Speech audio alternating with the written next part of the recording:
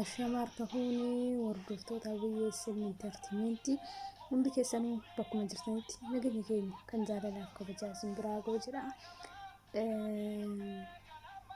Walirraa bannee turre xiqqoo haalli naaf mijoofne har'a walitti deebinee jirra. Hundi keessanuu baga jiraattan isiniin jedha. Wanti anarraan isiniif qabadhee dhufee haala guyyaa har'aa akkuma beekamu hayyoonni keenya mana murtii lidataa irratti har'a qaxaroon isaanii har'a ka guyyaa 5tti qabaniif har'a achirratti wanna ta'e irraa xiqqoo waan tokko dubbachuudhaaf guyyaa har'a akkuma beekamu mana murtii san keessatti maatiiwwan hayyootaa fi akkasuma qeerroo Oromoo fi qarreen Oromoo kan galmee hayyoota keenyaa Jawaar Mohaammed irratti argamuudhaaf dhaqan uffata keelloo kana uffatanii sababa deemaniif qofaaf jechuudha. Uffata kana qofaaf jechuudha. Osoo alaabaa bilisummaa Oromoo alaabaa Qorcha Budaa tanaa uffatanii xiqqoo bakka kanatti waan dhoorganiif rakkoodha. Garuu uffata keelloo boora kana uffatanii ka deemaniif qeerroo keenyaa fakkeenya gaazexeessituu Masarat Dhaabaa akkasuma qeerroo Oromoo nama 90 ol kan hidhan har'a jechuudha.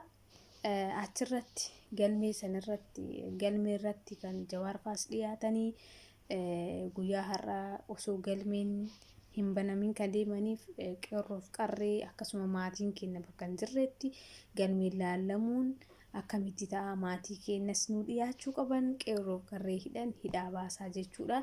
Obbo Jawaar Mohaammed fa'a guyyaa har'aa dhaddachi isaanii odoo laallamin torbeetti darbe qeerroon fi qarreen badii tokko malee jechuudha. Guyyaa har'aa sababuma uffata keelloo uffatan qofaaf jechuudha. Oromoo ta'uu isaaniiti hidhamanii humna poolisiitiin butamaniiti hidhamanii jiru qeerroolee 90 olii jechuudha.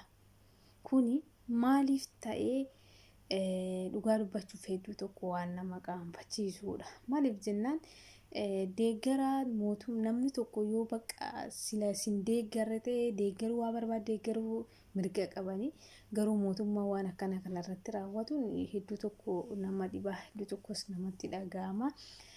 Uummanni Oromoo qeerroon Oromoo bakka jirtanitti jechuudha tokkummaa keessan cimsaa Oromoon yoo qabsooftee qabsoo irratti cichite malee hayyuu kan kee mana hidhaasanii baasuu hin dandeettu. Uummanni Oromoo qabsoo keessan irra cima qeerroof qarreen Oromoos alaabaan mallattoo kanas jechuudha.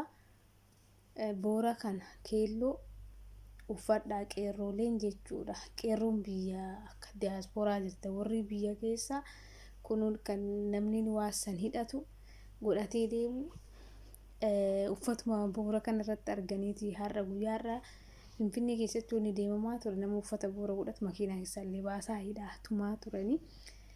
Kanaafuu qeerroo biyyaallee of eeggannoo godhataatuma akkasitti itti fayyadamaa akkasuma qabsoo Oromoon itti cimuu qaba. Hayyoota keenya qabsoodhaan malee waan birootiin baasuu hin dandeenyu isiniin jedha.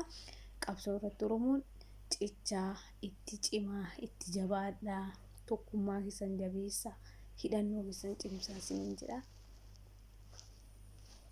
Warroonni hagama na daawwachuutti turtan hundi keessanii hedduu isaa galatoomaa baay'ee isin jaalladha ilmaan Oromoo akkasuma hordoftoonni koo hundi keessan turtii gaarii.